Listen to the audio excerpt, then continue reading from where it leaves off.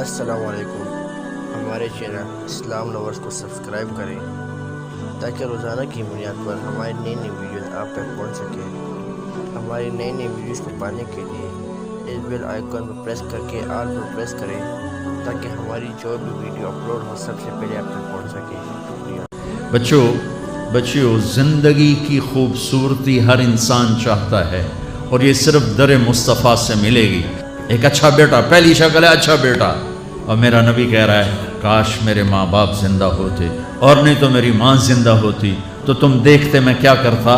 میں عشاء کی نماز کے مصلی پہ ہوتا اور میں سورۃ فاتحہ پڑھ رہا ہوتا اور ادھر سے میرے گھر سے میری ماں مجھے کہتی محمد، تو میں ماں کے لیے نماز توڑ دیتا۔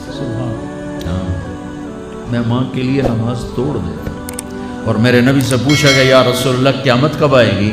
یہ بچیاں غور سے سنیں، سارے سنو پر یہ خاص طور سے سنیں۔ آپ نے کہا اللہ کو پتہ ہے کہ یا رسول اللہ کوئی نشانی بتا دیں، تو آپ نے کہا جب بیٹیاں بھی ماؤں کو ذلیل کریں گی تو قیامت آئے گی۔ جب بیٹیاں بھی ماؤں کو ذلیل کریں گی تو قیامت ان تلد الامۃ ربتہا، جب ماں کے ساتھ بیٹیاں نوکر جیسا سلوک کریں گی، نوکرانی جیسا سلوک کریں گی تو قیامت کے نکارے پہ چوٹ پڑ کے رہے گی۔ یہ نہیں کہا جب کفر پھیل جائے اور جب اسلام مٹ جائے گا، حالانکہ قیامت اس وقت آئے گی جب دنیا میں ایک مسلمان باقی نہیں رہے گا۔ یہ واقعہ کی سنگینی کو بتانے کے لیے فرمایا جب ماؤں کو ذلیل کیا جائے گا قیامت آ جائے گی۔ میرے نبی نے فرمایا عمر تیرے دور میں ایک شخص آئے گا اویس، اس کا قبیلہ ہوگا مراد، آگے سب کاسٹ ہوگی قرن، اویس بن عامر، اسے دعا کروانا، وہ کالے رنگ کا ہوگا، چھوٹے قد کا ہوگا، اور اس سے دعا کروانا، دعا تو بھی کروانا، علی تو بھی کروانا، علی اور عمر اویس ان کے لیے دعا کریں۔ انہوں نے پوچھا کیوں؟ کہ اس نے ماں کی خدمت کر کے اللہ کو اتنا راضی کر دیا ہے، جب وہ ہاتھ اٹھاتا اللہ خالی نہیں لوٹاتا۔ اللہ کی قسم عمر و علی کو اویس کی دعا کی ضرورت نہیں تھی، امت کو پیغام دینا تھا کہ مائیں ذلیل ہو رہی ہیں آج اور باپ جوان اولاد سے چھپتے پھر رہے ہیں، تو میرے رب میرے نبی نے یہ آگے پیغام دینا تھا کہ نبی ہو کر رسول ہو کر کہہ رہے ہیں کاش ماں ہوتی تو میں اس کے لیے نماز توڑ دیتا۔ آپ کو 8 عورتوں نے دودھ پلایا والدہ سمیت، ان میں ایک ایمن بھی ہیں، آپ کے والد کی باندی، تو گھر میں تشریف فرما تھے، ایمن بیٹھی تھی حضرت عائشہ، تو ایمن کہنے لگی یا رسول اللہ پانی تو پلا دیں، تو اللہ کے نبی ایک دم اٹھے تو حضرت عائشہ ناراض ہو گئی، ایمن اللہ کا رسول کو کہتی پانی پلا، تو اور کیا نہ کہوں میرا بیٹا ہے میں نے دودھ پلایا۔ تو حضرت میرے نبی نے کہا ہاں ہاں عائشہ یہ میری ماں ہے، اس کا میں نے دودھ پیا ہے۔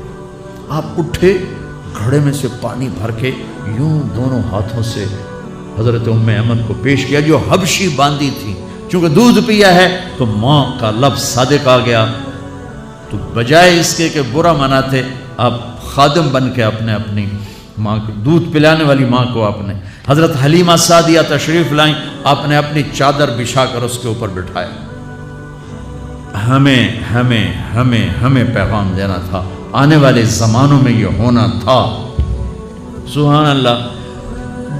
امام ابو حنیفہ کا نام تو سب کو معلوم ہے نا، ایک اور عالم بتاتا ہوں عبد الرحمن بن ابی لیلہ، ان میں علمی کھٹ بڑھ تھی بہت زیادہ، آپس میں بنتی نہیں تھی، تو ابو حنیفہ جیسی ہستی جن کے کروڑوں فالوور آج ہیں، ان کی ماں کہتی نعمان یہ مسئلہ ہے جا کے عبد الرحمن سے پوچھ کے آ۔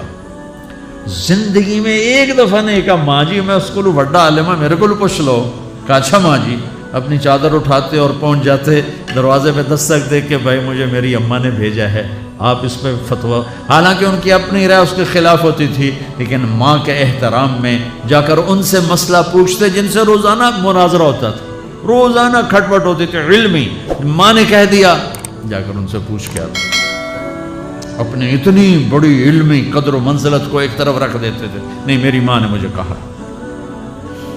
تو آپ سب نوجوان ہو، ماں باپ زندہ ہیں تو ان کی دعا لو، آہ نہ لو، دعا لو۔